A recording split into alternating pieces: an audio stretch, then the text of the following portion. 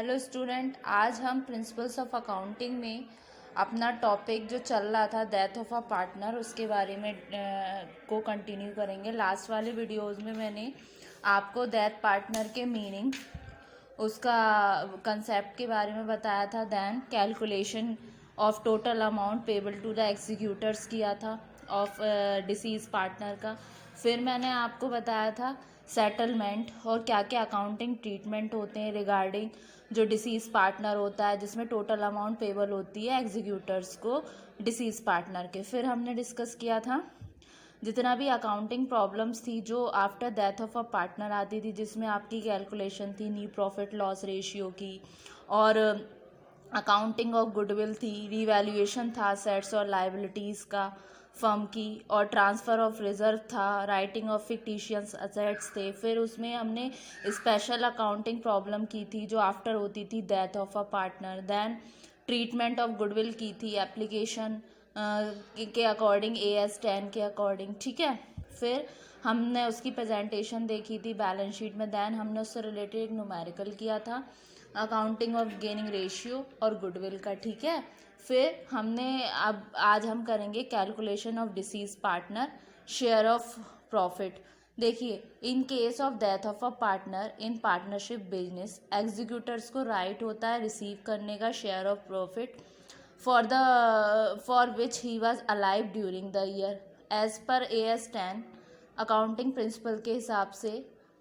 Net profit जो होता है डिटरमाइंड बाय होता है preparing trial balance at the death of a partner, और बैलेंस शीट भी प्रिपेयर होनी चाहिए। लेकिन प्रैक्टिकल पॉइंट ऑफ व्यू से अकाउंटिंग एक फीजेबल और ईजियर नहीं है प्रिपेयर करने के रिगार्डिंग ट्राई बैलेंस और बैलेंस शीट, और इसका कोई लीगल सिग्निफिकेंस नहीं होता एज वेल। तो there is a specific disclosure of method of calculation of deceased partner share of profit in partnership agreement.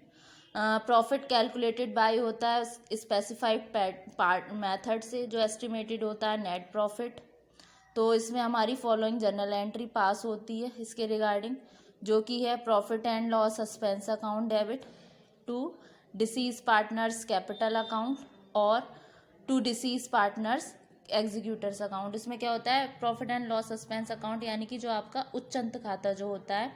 फिर to deceased partners capital account, इसको हम और लिख सकते हैं डिसीज पार्टनर्स एग्जीक्यूटर्स अकाउंट, ठीक है। अब इसकी प्रेजेंटेशन क्या होती है बैलेंस शीट में।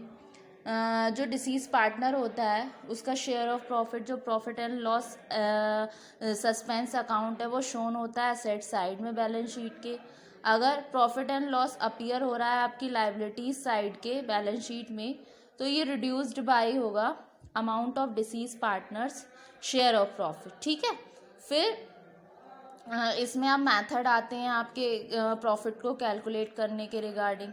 तो जनरली देखा जाए जो हमारा पार्टनरशिप डीड होता है, जो एक हमारा डॉक्यूमेंट होता है, उसके रिगार्डिंग 3 इम्पॉर्टेंट इसके मेथड्स होते हैं जो इंक्लूडेड होते हैं आपके कैलकुलेट करने में डिसीज पार्टनर के शेयर को, ठीक है। तो 1 बाय 1 मैं बताती हूँ। Partnership deed generally contains one of the following 3 methods for calculating deceased partners share of profit.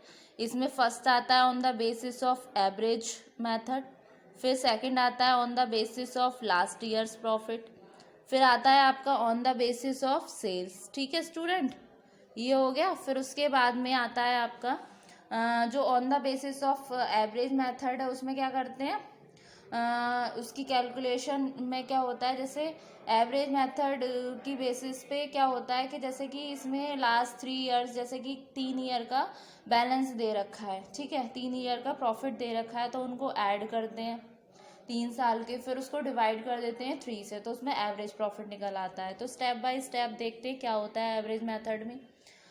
फिर हम डिस्कस करेंगे लास्ट ईयर प्रॉफिट को on the basis of last year profit, फिर हम करेंगे on the basis of sales, ठीक है। तो 1 बाय 1 करेंगे। आज के वीडियो में हम जस्ट थियोरी पढ़ेंगे, कल के वीडियो में हम इसका एक न्यूमेरिकल सॉल्व करेंगे, ठीक है। तो जो on the basis of average method, इस मेथड में इंक्लूड होते हैं आपके फॉलोइंग स्टेप। फर्स्ट आता है determine average profit of last few years as given, जैसे कि मैंने बताया था, जैसे फॉर एग्जांपल आपका लास्ट 3 ईयर्स का प्रॉफिट दे रखा है 8,000, फिर सेकंड ईयर में 1,000 आया, फिर 17,000 आया।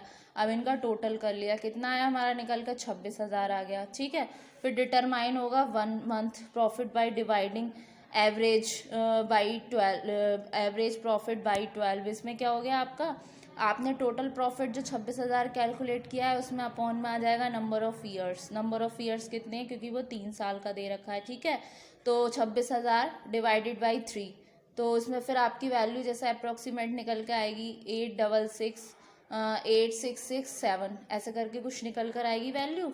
देन इसका थर्ड स्टेप आएगा। थर्ड स्टेप क्या है, हम इसको मल्टीप्लाई करेंगे मंथली प्रॉफिट को नंबर ऑफ मंथ से। जैसे कि हमने ये एस्टिमेटेड प्रॉफिट जो है वो हमारा मान लीजिए 1 जनवरी से 31 मार्च तक है। ठीक है, तो इसमें कितने मंथ्स आ गए आपके कंटिन्यू हो गए, इसमें 3 मंथ्स हो गए। तो जो हमने कैलकुलेशन किया था, जो हमने निकाला था अपना जो एवरेज प्रॉफिट, उसको हम मल्टीप्लाई करेंगे 3/12, यानी कि 3 मंथ्स का है तो 3/12 हो गया। ठीक, फिर उसकी कैलकुलेशन आई, तो जो निकल कर आई है अमाउंट, वो शेयर है आपके डिसीज पार्टनर का। फिर उसको मल्टीप्लाई करके 1/3 करके उसमें जो अमाउंट आएगी निकल के, वो क्या होगी आपकी, उस डिसीज पार्टनर का शेयर होगा, डेट ऑफ डेथ क्रेडिटेड होगा। तो उसमें हम एंट्री जनरली पुट कर देंगे, जैसे कि जो आपकी एंट्री थी, profit and loss suspense account debit to deceased partners capital account. ठीक है, तो ये तो हो गया आपका मेथड।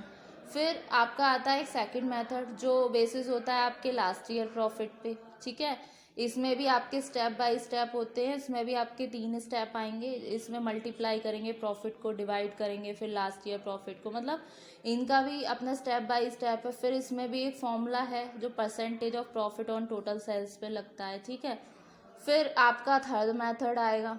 ठीक, तो ऐसे स्टेप बाय स्टेप करेंगे। देन हम कैलकुलेट करेंगे जॉइंट लाइफ पॉलिसी, जो मैंने आपको रिटायरमेंट वाले में भी कराई हुई है।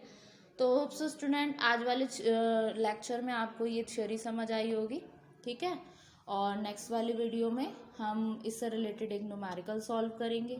ठीक है, तो आज के और आपको अच्छे से समझने के लिए जितने भी मैं न्यूमेरिकल करा रही हूँ, थ्योरी करा रही हूँ, आप उसको ध्यान से देखिएगा और उन न्यूमेरिकल को कीजिएगा, क्योंकि पार्टनरशिप से रिलेटेड आपके न्यूमेरिकल आते हैं। ये यूनिट बहुत ही इंपॉर्टेंट है, पार्टनरशिप अकाउंट। वैसे भी आप लोग इसको 12th में कर चुके हैं जो अकाउंट के स्टूडेंट हैं, तो आप इसको अच्छे से पढ़िएगा। और इसकी थ्योरी भी इम्पॉर्टेंट है और इसके न्यूमेरिकल भी काफ़ी इम्पोर्टेंट है। होप सो स्टूडेंट, आपको आज का लेक्चर समझ आया होगा। Thank you very much.